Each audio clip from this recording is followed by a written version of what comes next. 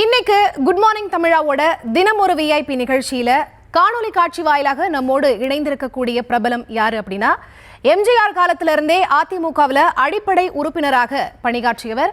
அது மட்டுமல்லாத 2001 ராமநாதபுரம் தொகுதியில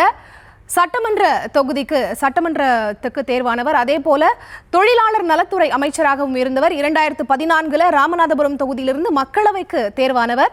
அது மட்டுமல்லாது கடந்த மாதம் அதிமுகவிலிருந்து திமுகவில் இணைந்திருக்கக்கூடிய அன்வர் ராஜா அவர்கள் நம்மோடு இணைந்திருக்கிறார்கள். வணக்கம் சார். வணக்கம். நியூஸ் தமிழினுடைய குட் மார்னிங் தமிழா ஷோல தினம் ஒரு விஐபி நிகழ்ச்சிக்கு உங்களை வரவேற்பதில் மகிழ்ச்சி. நன்றிங்கம்மா.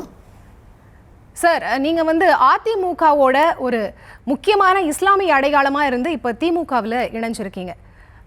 அதாவது நீரும் எண்ணெயும் ஒன்றரை கலக்கவே முடியாது அப்படிங்கிறது மாதிரி தான் திமுகவும் அதிமுகவும் எதிரெதிர் துருவங்கள். அப்படி இருக்கப்ப தாவேக்கு அடுத்த ஆப்ஷனா இருக்கிறப்ப நீங்க திமுகவில் இணைஞ்சதுக்கான காரணம் என்ன? திமுகல இருந்து உங்களுக்கு அழைப்பு வந்துச்சா இல்ல நீங்களே போய் இணைஞ்சிங்களா? திமுகவிலிருந்து அழைப்பும் வந்தது, நானும் விரும்பி சென்றேன். அப்படித்தான் சேர்ந்தோம். நீங்கள் சொன்ன மாதிரி நீரும் எண்ணெயும் அப்படியெல்லாம் ஒன்றுமில்லை. திமுகவுக்கும் அண்ணா திமுகவுக்கும் மிகப்பெரிய வேறுபாடெல்லாம் ஒன்றுமில்லை. கொள்கை ரீதியாக ரெண்டும் ஒன்றுதான்.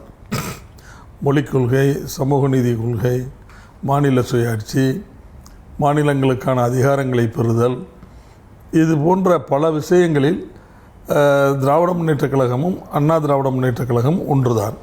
அதில் வேறு ஒன்றும் மிகப்பெரிய அளவில் கொள்கை அளவில் வேறுபாடுகள் எல்லாம் ஒன்றுமில்லை.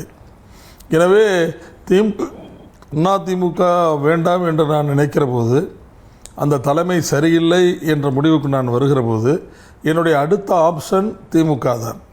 வேறு எந்த கட்சிக்கும் எங்களால் போக முடியாது. தந்தை பெரியார் அவர்களையும் பேரறிஞர் அண்ணா அவர்களையும் ஏற்றுக்கொண்ட, அவர்களுடைய கொள்கைகளை ஏற்றுக்கொண்ட எங்களை போன்றவர்கள் வேறு கட்சிக்கு போவது என்பது நடக்காத காரியம்.